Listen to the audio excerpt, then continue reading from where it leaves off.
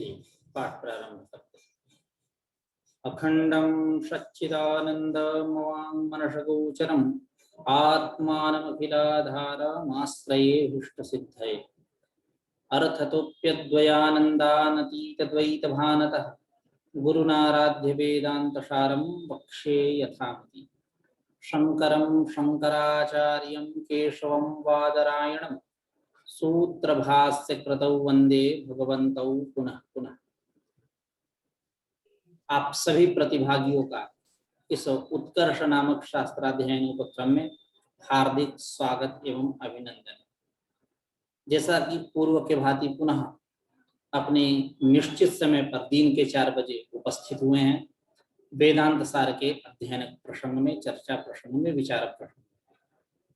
सबसे पहले हम जानेंगे कि यह हमारा जो विचार क्रम है वह कहाँ आकर के रुका, उसके बाद आगे का पाठ प्रारंभ करेंगे।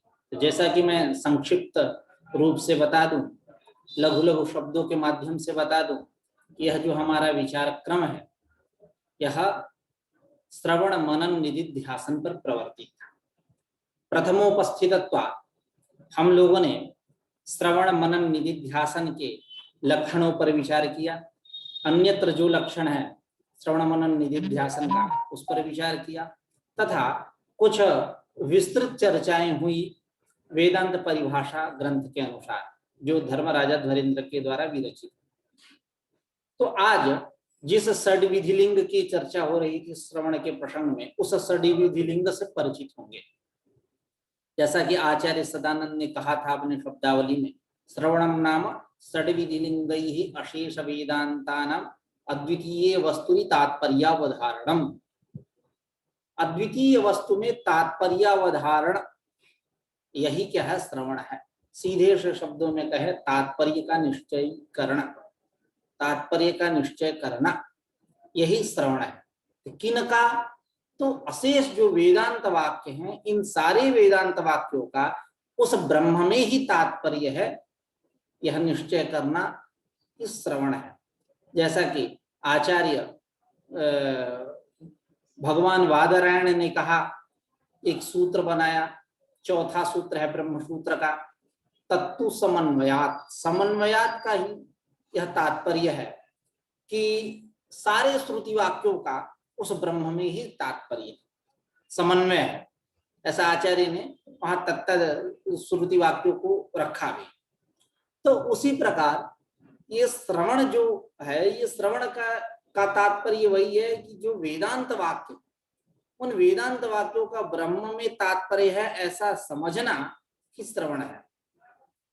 और यह जो वेदांत वाक्य है इनका, ये जो वेदांत वाक्य इनका ब्रह्म में तात्पर्य है, इसका निर्धारण करने वाला साधन जो है वो षड्विधि लिंग है। इनके द्वारा ही निर्धारण होता है। सृष्टि प्रतिपादक वाक्यों का भी उस ब्रह्म में तात्पर्य, मतलब यूं कहे कुछ भी अवशिष्ट नहीं बचता है। तो ये षड्विधि लिंग कौन है जिनके द्वारा तात्पर्य का निश्चय हो रहा है? आचार्य कह रहे हैं कि उपक्रमोपसंहार अभ्यासा पूर्वता फलार्थवादोपपत्ताख्यानि, यानी उपक्रमोपसंहार एक, दूसरा अभ्यास, तीसरा अपूर्वता, चौथा फल, पांचवा अर्थवाद और छठा उपपत्ति। एक एक का क्रमशः स्पष्टीकरण आचार्य सदानंद अपने शब्दावली में कर रहे हैं। सबसे पहले हम लोग उपक्रमोपसंहार पर विचार करेंगे। तो सामान्य रूप से मैं बता दूं, जो उपक्रम और उपसंहार का आप मौलिक अर्थ समझते हैं, वही उपक्रम उपसंहार यहाँ भी अपेक्षित है। वही अर्थ है, वही मौलिक अर्थ है, कुछ तदतिरिक्त नहीं। उपक्रम मतलब आरंभ, उपसंहार मतलब समाप्ति, कंक्लूजन जिसको बोलते हैं ना। आप पीएचडी रिसर्च आप करिए तो कंक्लूजन देना पड़ता है। सार क्या है? आप सभा संगोष्ठी में कहीं बात विचार कर रहे हैं तो लोग पूछते हैं कि जब ज्यादा आवाज आ रही है ना? जी सर, आ रही है। तो जब ज्यादा बात विचार बढ़ने लगता है, ज्यादा प्रतिपक्षी या वादी दोनों में से कोई ज्यादा मतलब काफी देर तक बोलने लगते हैं तो जो तटस्थ है पूछता है, कहता है कि सार क्या निकला, क्या कहना चाहते लोक भाषा में, क्या कहना चाहते, वही उपसंहार का अर्थ लेना है, वही कंक्लूजन। ठीक है, तो उपक्रम मतलब आरंभ और उपसंहार मतलब समाप्ति। जैसे छांदोग्योपनिषद के 6ठे अध्याय में उस अद्वितीय ब्रह्म की चर्चा एकमेवाद्वितीयम करके आदि में की गई और ऐतदात्म्यमिदं सर्वम ऐसा करके अंत में चर्चा की गई। एकमेवाद्वितीयम वह ब्रह्म कैसा है, वेदांत प्रतिपाद्य जो ब्रह्म है, श्रुति स्मृति पुराण बोध्य जो है वो कैसा है, एकमेवाद्वितीयम, वह एक ही है, अद्वितीय तत्व है, ऐसा आदि में कहा गया, प्रारंभ में कहा गया, और अंत में क्या कहा गया, ऐतदात्म्यमिदं सर्वम एतदात्मनः भावम इति ऐतदात्म्यम। ठीक है, तो मतलब यह संपूर्ण जो जगत दिख रहा है सब वही ब्रह्म ही है, सर्वम खल्विदं ब्रह्म, इस प्रकार उपसंहार किया गया। यही उपक्रम उपसंहार है, आरंभ करना और समाप्ति करना। उसी को आचार्य सदानंद अपने शब्दावली में कह रहे हैं कि तत्र प्रकरण प्रतिपाद्यस्य अर्थस्य तदाद्यन्तयोः उपपादनम उपक्रमोपसंहारौ यथा छांदोग्ये षष्ठाध्याये प्रकरण प्रतिपाद्यस्य द्वितीय वस्तुनः एकमेवाद्वितीयम् इत्यादौ आदौ प्रारंभे ऐतदात्म्यमिदं सर्वम् इत्यन्ते च प्रतिपादन किया गया। यही क्या है, उपक्रम और उपसंहार। एकमेवाद्वितीयम से आरंभ किया गया, प्रकरण प्रतिपाद्य जो विषय है, प्रकरण प्रतिपाद्य जो अर्थ है, प्रकरण प्रतिपाद्य जो वस्तु है ब्रह्म, उस ब्रह्म का आदि और अंत में उपादन करना। आदि में उपादन करना उपक्रम और अंत में उपादन करना यही उपसंहार है। जैसे छांदोग्योपनिषद के 6ठे अध्याय में एकमेवाद्वितीयम ऐसा कह के उस प्रकरण प्रतिपाद्य द्वितीय वस्तु ब्रह्म का आदि में उपादन किया गया, और ऐतदात्म्यमिदं सर्वम ऐसा कह के अंत में उसका उपादन किया गया। यही क्या है, उपक्रमोपसंहार है। ठीक है, और उपक्रमोपसंहार होगा, दोनों एक है, अलग अलग नहीं। उसके बाद उपक्रमोपसंहार अभ्यास। अभ्यास अभ्यास का मतलब क्या है, तो आप योग सूत्र देखेंगे, तत्र स्थितौ यत्नोभ्यासः यत्नः अभ्यासः। और उस अभ्यास में दृढ़ भूमिता कैसे आती है, तो कहते हैं सतु दीर्घ काल नैरंतर्य सत्कारा सेवितो दृढ़ भूमि।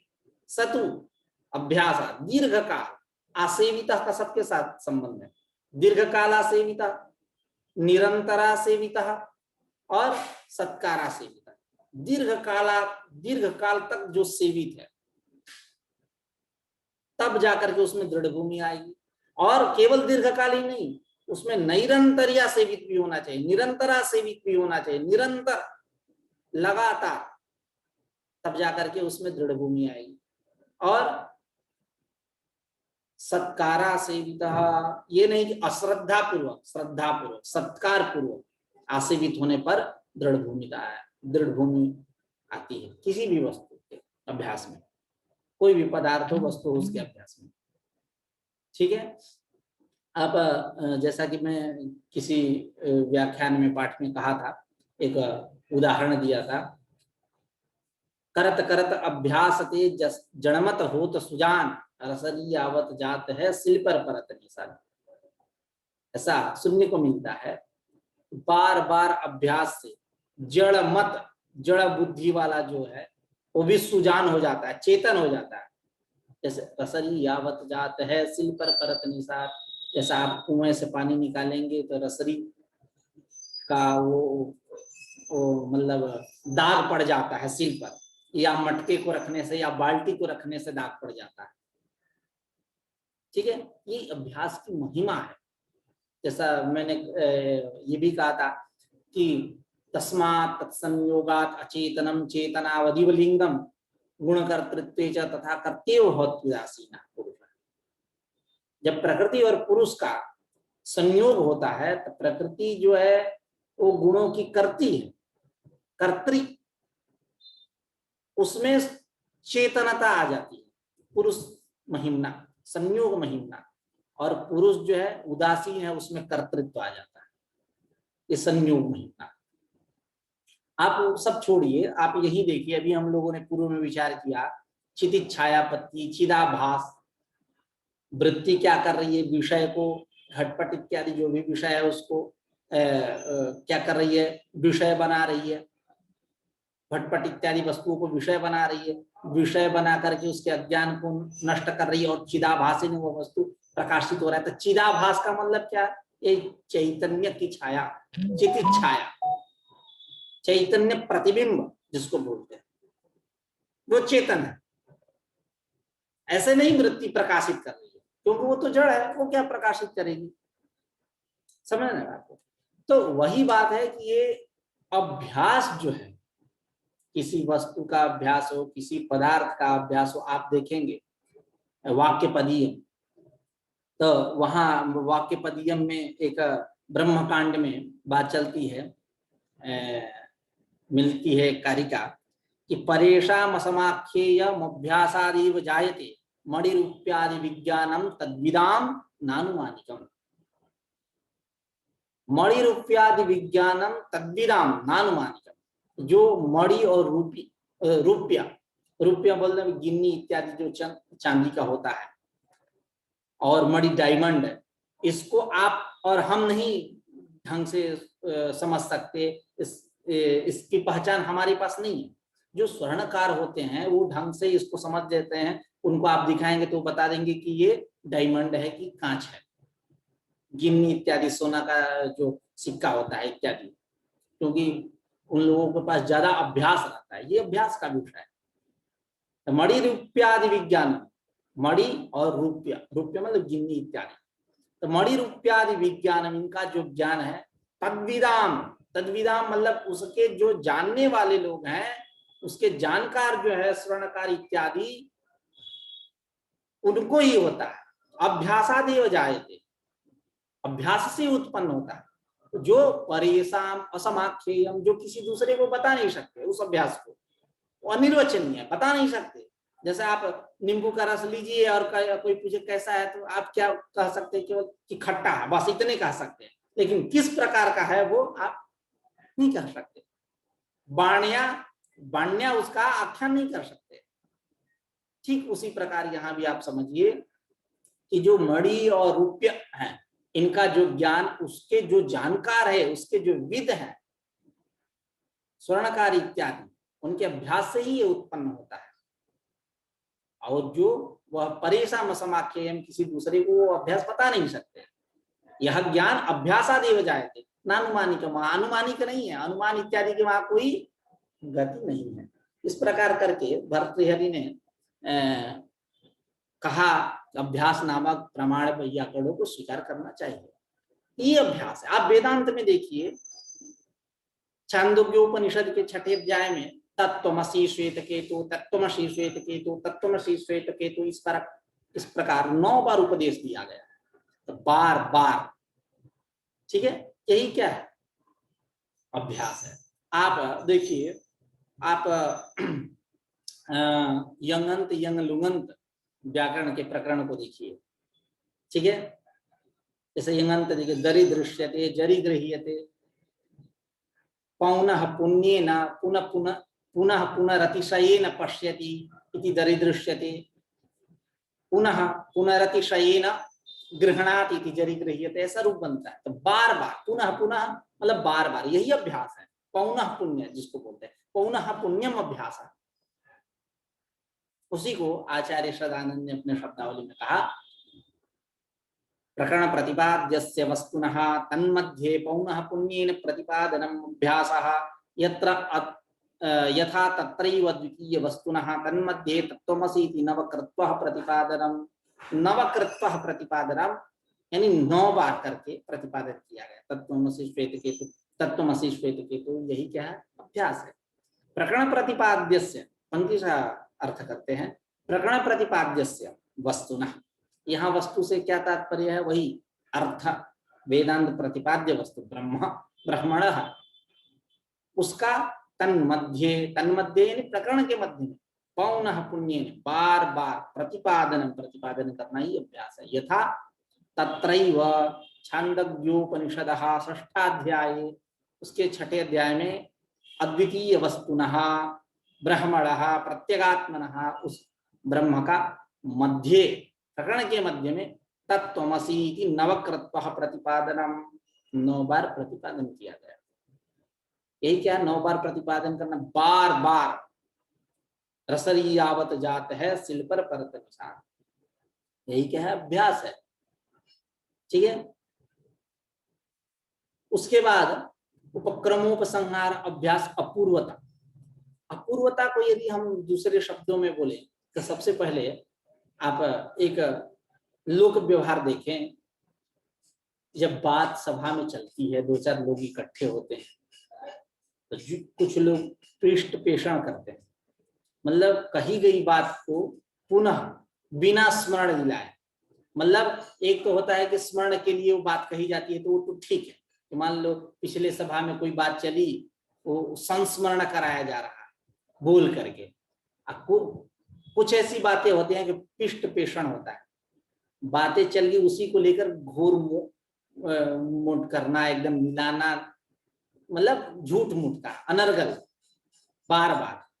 तो लोग कहते हैं कि आप क्या इसमें अपूर्व बोल रहे हैं, नया क्या बोल रहे हैं। अपूर्व मतलब नया, अपूर्व मतलब अपूर्व का शब्द सा अर्थ जो पूर्व में ना हो। अपूर्व मतलब नया क्या बोल रहे हो, आप तो वही बात बोल रहे हो जो पिछली सभा में हुई थी। यहां अपूर्वता का क्या अर्थ है, तो मानांतरा विषयीकरणम। यदि मौलिक अर्थ की बात करें तो कहीं ना कहीं जुड़ा हुआ है। मानांतरा विषयीकरणम, किसी प्रमाणांतर का विषय न होना। प्रकरण प्रतिपाद्य जो अद्वितीय वस्तु है ब्रह्मा, उस ब्रह्म को उपनिषद प्रमाण के अतिरिक्त किसी प्रमाण का विषय न होना ही अपूर्वता है, सीधे से शब्दों में। यानी उसमें केवल उपनिषद वेद्यता ही है, उपनिषद वेद्यता ही है, ये फलितार्थ का कर्म। ध्यान दीजिए, उस ब्रह्म में उपनिषद वेद्यता है, यह फलितार्थ हुआ। प्रतिपाद्य क्या है कि मानांतरा विषयीकरणम अपूर्वता, मानांतर का विषय न होना। प्रत्यक्षादि उपनिषद आगम प्रमाण के अतिरिक्त जितने प्रमाण है, उपनिषद इत्यादि से अतिरिक्त जितने प्रमाण है प्रत्यक्षादि, उनका विषय न होना, यही अपूर्वता है। ठीक है। उसी को करें प्रकरण प्रतिपाद्यस्य अद्वितीय वस्तुनः प्रमाणांतरा विषयीकरणम अपूर्वता, प्रमाणांतर अविषयीकरणम अपूर्वता। यथा तत्रैव अद्वितीय वस्तुनः मानांतरा विषयीकरणम, तत्रैव यानी छांदोग्योपनिषदः षष्ठाध्याये एव, उसके छठे अध्याय में कहा गया अद्वितीय वस्तुनः मानांतरा विषयीकरणम। उस अद्वितीय वस्तु का मानांतर का अविषयी, वह अद्वितीय वस्तु मानांतर का अविषय है, यह बात बतलानी ठीक है, अपूर्वता है। जो कह रहे हैं यथा तत्रैव अद्वितीय वस्तुनः मानांतरा विषयीकरणम। आगे फल आया, उपक्रमोपसंहार अभ्यास अपूर्वता और फल। फल, फल का मतलब क्या, तो दूसरे शब्दों में बोले प्रयोजनम फल। कोई आपसे पूछे कि वेदांत का फल क्या है, कोई आम इमली तो है नहीं, खरबूजा तो है नहीं, तरबूज तो है नहीं, तो कोई दिखा दे लो यही फल है। वेदांत का फल क्या, मोक्ष, जिसको हम प्रयोजन के नाम से जानते हैं। और आप जब वेदांत परिभाषा देखेंगे तो उस प्रयोजन परिच्छेद में उसी फल की चर्चा हुई है, उसी मोक्ष की चर्चा हुई है, क्योंकि वही प्रयोजन ही फल है हमारा। निरतिशय ब्रह्मानंद की अवाप्ति और अनर्थ की निवृत्ति, यही क्या है, प्रयोजन है। यही क्या है, फल है वेदांत का, मोक्ष जो अशरीरी है। ठीक है। तो यहाँ फल का अर्थ वही लेना है मौलिक, प्रयोजनम फलम, यानी कैसा, तो आत्मज्ञान अथवा तदनुष्ठान, उस आत्मज्ञान का जो अनुष्ठान है, उस अनुष्ठान को यत्र तत्र, उस अनुष्ठान का यत्र तत्र सुनाई देने वाला जो प्रयोजन है, वही आत्मज्ञान होगा, आत्मा उसका अनुष्ठान करेंगे तो क्या होगा, आपको मोक्ष की प्राप्ति होगी। तो मोक्ष ही प्रयोजन है, वही क्या है, फल है। ठीक है, जिसको आचार्य सदानंद ने अपने शब्दावली में कहा कि फलम तो प्रकरण प्रतिपाद्यस्य आत्मज्ञानस्य तदनुष्ठानस्य वा यत्र तत्र श्रूयमाणं प्रयोजनम। प्रकरण प्रतिपाद्यस्य आत्मज्ञानस्य तदनुष्ठानस्य तदभ्यासस्य वा। आत्मज्ञान प्रकरण प्रतिपाद्य जो आत्मज्ञान अथवा उसका अनुष्ठान अभ्यास, जिसका यत्र तत्र सुनाई देने वाला जो प्रयोजन है, वह प्रयोजनमेव फलम, प्रयोजन ही फल है। जैसे उदाहरण में आचार्यवान पुरुषो वेद तस्य तावदेव चिरं यावन्न विमुक्षेथ संपत्से। आचार्यवान पुरुषो वेद, वेद जानाति, कम जानाति, परमात्मान जानाति। आचार्यवान जो पुरुष है, मतलब आचरण संपन्न जो है, वह पुरुष ही उस आत्मा को, प्रत्येगात्मा को जानता है। और उस पुरुष को ब्रह्म बनने में, क्योंकि ब्रह्मविद ब्रह्मेव भवति, हम लोग पूर्व में पढ़ के आए, वेदांत सिद्धांत भी है, ब्रह्म को जानने वाला ब्रह्म ही होता है। तो उसको ब्रह्म बनने में कब तक देर, जब तक वो इस चोला को, इस शरीर का त्याग नहीं कर देता। तो वो अभी इस शरीर से तो ब्रह्म हो जाएगा, होगा नहीं। अभी मैं जान गया ब्रह्म और यही शरीर पकड़ा हूं, शरीर छोड़ा नहीं, तो ब्रह्म मैं इस शरीर से तो हो नहीं सकता। वो अपरिच्छिन्न को हम परिच्छिन्न कर दें, ब्रह्म ज्ञानी हो सकते हैं, शब्द उसके लिए अलग है। ब्रह्मविद है, ब्रह्म ज्ञानी है, ब्रह्म को जाने, ब्रह्म नहीं हो जाएंगे। ब्रह्म कब होंगे, जब इस शरीर को हम त्याग देंगे। ठीक है, तो करेंगे आचार्यवान पुरुषो वेद, वह आचार्यवान जो पुरुष है, वह पुरुष ही उस ब्रह्म को जानता है। तस्य तावदेव चिरम, तस्य पुरुषस्य ज्ञातुः तावदेव चिरम, यानी ब्रह्म स्वरूप भवने, ब्रह्म होने में तावदेव चिरम, तभी तक देर है जब तक वह इस संसार को, इस चोला को, इस देह को नहीं त्याग देता है ना। तस्य तावदेव चिरम यावन्न विमुक्षेथ संपत्से, जब तक वह मुक्त नहीं होता, जब तक इस शरीर से छुटकारा नहीं पा जाता, तभी तक देह। इस प्रकार यह जो आत्मज्ञान है अथवा उस आत्मज्ञान का जो अनुष्ठान है, इसका सुनाई देने वाला यह जो प्रयोजन है, क्या कि बस वह उस आत्मा को जान गया, और जान गया तो बस शरीर से मुक्त हो जाएगा ब्रह्म स्वरूप होने के लिए। यह प्रयोजन ही क्या है, फल है। उसी को आचार्य सदानंद अपने शब्दावली में कह रहे हैं, फलम तो प्रकरण प्रतिपाद्यस्य आत्मज्ञानस्य तदनुष्ठानस्य वा यत्र तत्र श्रूयमाणं प्रयोजनं यथा तत्र आचार्यवान पुरुषो वेद तस्य तावदेव चिरं यावन्न विमुक्षेथ संपत्से इति अद्वितीय वस्तु ज्ञानस्य तत्प्राप्ति प्रयोजनं श्रूयते। कह रहे हैं कि इस प्रकार अद्वितीय वस्तु का प्रयोजनम, कीदृशम प्रयोजनम श्रूयते, तत्प्राप्ति, उसकी प्राप्ति, यही प्रयोजन है। उस ब्रह्म की प्राप्ति, ब्रह्म स्वरूप हो जाना, मोक्ष जिसको हम बोलेंगे। तो अद्वितीय वस्तु का प्रयोजनम श्रूयते कीदृशम, तत्प्राप्ति रूपम प्रयोजनम श्रूयते, तत्प्राप्ति रूप प्रयोजन सुनाई दे रहा है। यही क्या है, प्रयोग फल है। यदि अद्वितीय वस्तु ज्ञानस्य, अद्वितीय वस्तु ज्ञान से अद्वितीय वस्तु ज्ञान का प्रयोजनम श्रूयते, कीदृशम प्रयोजनम, तत्प्राप्ति रूपम प्रयोजनम श्रूयते, यही क्या फल है। अब इसके बाद अर्थवाद, पांचवें नंबर, उपक्रमोपसंहार 1, अभ्यास 2, अपूर्वता 3, फल 4 और अर्थवाद 5। तो अर्थवाद मतलब प्राशस्त्य निंदान्यतर परम वाक्यम अर्थवादः, प्राशस्त्य प्रशंसा और निंदा परक जो वाक्य है उसको बोलते हैं अर्थवाद। जैसे बर्हिषि रजतम न देयम, सो अरोदित यद रोदित तद रुद्रस्य रुद्रत्वम, निंदा। और वायव्यम श्वेतमालभेत भूतिका महा, बर्हि और वायुर्वैक्षेपिष्ठा देवता, यही क्या प्रयोजन है, प्रशंसा है। वायव्यम श्वेतमालभेत भूति काम, वायु देवता को उद्देश्य करके श्वेत पशु का आलम्बन करो। क्यों? खुश होंगे, खुश होंगे, वह तुरंत फल देंगे। क्यों? वो क्षेपिष्ठा देवता है, शीघ्रगामी है, तुरंत फल को देने वाले, वायुर्वैक्षेपिष्ठा देवता।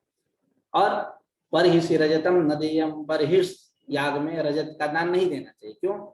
सो अरोदित यदरोदित तद रुद्रस्य रुद्रत्वम, उसने रोया जो रोया वही रुद्र का रुद्रत्व है, वही रजत बन गया, इसलिए यह निंदित है, इसका दान नहीं करना चाहिए। ठीक है, यही क्या है? प्रशंसा, अर्थवाद, जिसमें प्रशंसा भी है और निंदा भी। तो यहाँ अर्थवाद का तात्पर्य क्या है? उपक्रमोपसंहार अभ्यास अपूर्वता फल अर्थवाद। अर्थवाद से उसके द्विविध पक्ष है, प्रशंसा और निंदा। प्रशंसा वाले पक्ष को लेकर के कह रहे हैं प्रशंसनम अर्थवाद, प्रशंसा करना ही अर्थवाद। क्या? तो कहा गया कि शिष्य से कोई कह रहा है कि क्या तुमने अपने गुरु से पूछा, उस प्रश्न को पूछा जिसको सुन लेने पर न सुना हुआ भी सुना हुआ ऐसा लगता है, बिना विचारित भी विचारित लगता है, अज्ञात भी ज्ञात लगता है। ऐसे वस्तु के विषय में क्या तुमने आचार्य से ज्ञान लिया, सुना अपने गुरु से? इस प्रकार उसकी महिमा गाई जा रही है, उसकी प्रशंसा हो रही है, उस वेदांत प्रतिपाद्य ब्रह्म की। यही क्या है? अर्थवाद। यही क्या है? प्रशंसन, प्रशंसनम, यही प्रशंसा है। वो प्रशंसा ही अर्थवाद है। उसी को आचार्य सदानंद अपनी शब्दावली में कह रहे हैं, प्रकरण प्रतिपाद्यस्य तत्र तत्र प्रशंसनम अर्थवादः। प्रकरण प्रतिपाद्य द्वितीय वस्तु का तत्र तत्र प्रशंसा करना ही अर्थवाद है। यथा तत्रैव उततम आदेशम अप्राक्ष्यः येन अश्रुतं श्रुतं भवति, अमतं मतं अविज्ञातं विज्ञातम् इति अद्वितीय वस्तु प्रशंसनम। यानी उततम आदेशम, तम आदेशम, उत किमिति, प्रश्न कर रहे हैं। क्या? तम आदेशम, आदेशम मतलब प्रश्नम, तम प्रश्नम, उस प्रश्न को अप्राक्ष्य, तुमने पूछा है क्या अपने गुरु से?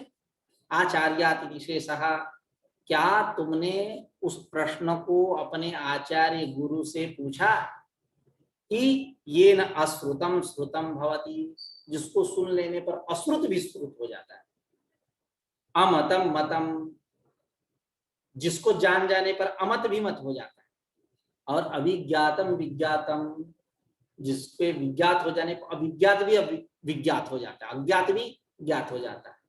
इस प्रकार अद्वितीय वस्तु की क्या कही जा रही है? प्रशंसा की जा रही है, उसमें वो सामर्थ्य है। ठीक है, इस प्रकार प्रशंसा करना उस अद्वितीय वस्तु का ही क्या है? अर्थवाद। आगे उपक्रमोपसंहार अभ्यास अपूर्वता फल अर्थवाद उपपत्ति, लास्ट षड्विधि। उपपत्ति क्या चीज है? तकार है उपपत्ति मतलब युक्ति ही उपपत्ति। युक्ति जैसे बात विचार, जब प्रसंग चलता है, एक दूसरे मतलब दो लोग एक दूसरे से अपने बात विचार को कहते हैं, तो बहुत सारी युक्ति देते हैं, तर्क जिसको हम दूसरे शब्दों में बोलते हैं, तो वो युक्ति ही उपपत्ति है। सलाह, ठीक है, क्या सलाह यहाँ? तो यहाँ कह रहे हैं कि श्रूयमाणा युक्ति, यानी उस अद्वितीय, वह जो अद्वितीय तत्व है वेदांत प्रतिपाद्य जो ब्रह्म है, उस ब्रह्म को सिद्ध करने में, उसके सिद्धि के लिए उक्ति देना युक्ति ही उपपत्ति है। सुनाई देने वाली जो युक्ति है वह युक्ति ही उपपत्ति है। उसी को आचार्य सदानंद ने अपने शब्दावली में कहा कि प्रकरण प्रतिपाद्यार्थ साधने तत्र तत्र श्रूयमाणा युक्ति उपपत्ति ही। प्रकरण प्रतिपाद्य जो अर्थ, प्रकरण प्रतिपाद्य अर्थ यानी अद्वितीय वस्तु, वस्तु ब्रह्म,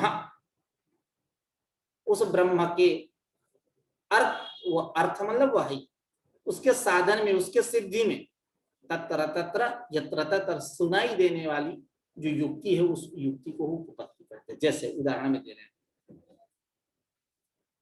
सौम्यैकेन मृत्पिंडेन सर्वं मृण्मयं विज्ञातं स्यात् वाचारंभणं विकारो नाम ध्येयं मृत्तिकत्येव सत्यम। यानी हे सौम्य,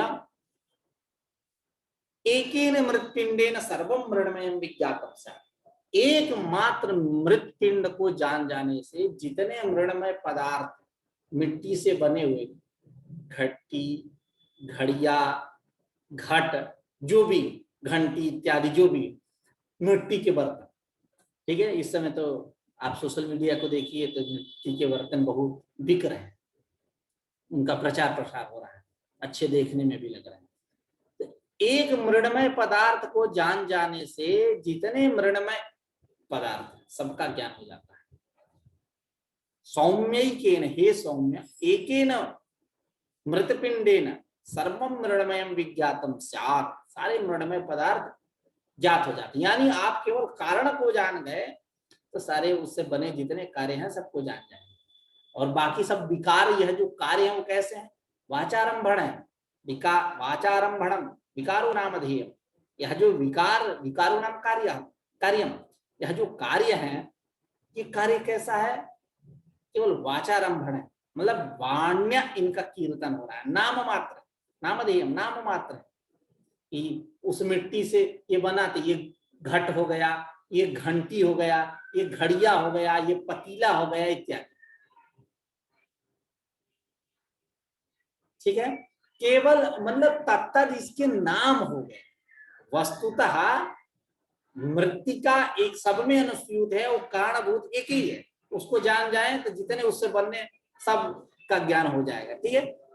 उसी कह रहे हैं कि हे सौम्य, एक मृतपिंड के ज्ञात हो जाने से जितने मृण्मय पदार्थ है सब विज्ञात हो जाते हैं, सब ज्ञात हो जाते हैं, सबकी जानकारी हो जाती है। और बाकी जितने यह सब कार्य हैं, सारे कार्य वाचारंभण नामधेयम, यानी विकार वाणी से कहने भर के लिए है, नाम मात्र है। वस्तुतः मृत्तिकत्येव सत्यम, मृत्तिका ही केवल एकमात्र सत्य है। यदि अद्वितीय वस्तु साधने विकारस्य वाचारंभण मात्रत्वे युक्ति श्रूयते। इस प्रकार कारण कौन है? जैसे मृत्तिका सारे घट पदार्थों का, घट, घटिया, घंटी इत्यादि का कारण है, उसको जान जाने पर सबका ज्ञान। उसी प्रकार यहाँ प्रकृत स्तर में अद्वितीय वस्तु कारण है, सारे जगत का अभिन्न निमित्तोपादान कारण, उसको जान जाने पर सबकी जानकारी हो जाएगी। यही क्या है? युक्ति है, यही उपपत्ति। नहीं कहते कि ये काम हमारा नहीं हो रहा है तो ये काम कैसे होगा। तो समझदार व्यक्ति क्या कहते हैं कि आप उनको पकड़िए, हो जाएगा ये काम आपका, आप उनसे अपना सोर्स लगवाइए। यही क्या युक्ति, यही उपपत्ति। एक कारणभूत मृत्तिका को जान जाइए, सारे घटपट मठ इत्यादि सबको जान जाएंगे, मृण्मय पदार्थ को। उस अद्वितीय वस्तु ब्रह्म को जान जाइए, सारे उसके विकार जो है सबको जान जाएंगे। समझे? तो उसी को यथा सौम्यैकेन मृत्पिंडेन सर्वं मृण्मयं विज्ञातं स्यात् वाचारंभणो विकारो नाम ध्येयं मृत्तिकत्येव सत्यम। इति अद्वितीय वस्तु साधने, अद्वितीय वस्तु के सिद्धि में, ब्रह्म के सिद्धि में विकारस्य कार्यस्य वाचारंभण मात्रत्वे युक्ति श्रूयते। ये सारे जो कार्य है ये केवल वाणी के, मतलब यूं कहें वाणी का सब खेल है, वाणी का कमाल है। इस प्रकार युक्ति श्रूयते, युक्ति सुनाई देती है, उपपत्ति सुनाई देती है उस अद्वितीय वस्तु के सिद्धि में, ठीक है। तो इस प्रकार उपक्रमोपसंहार, अभ्यास, अपूर्वता, फल, अर्थवाद, उपपत्ति, यह जो षड्विधि लिंग है जिनके द्वारा हम श्रुति वाक्यों का उस ब्रह्म में तात्पर्य है ऐसा निश्चय करते हैं, उसमें ये उपक्रमोपसंहार है। षड्विधि लिंग यही है जिसके विषय में हम लोगों ने जाना। आगे अभी यहाँ तक श्रवण की चर्चा हुई, अब उसके बाद मनन की चर्चा। मननम तो श्रुतस्य द्वितीय वस्तुनः वेदांतानुगुण युक्तिभिः अनवरतम अनुचिंतनम इत्यादि। आज की चर्चा को यहीं समाप्त करते हैं।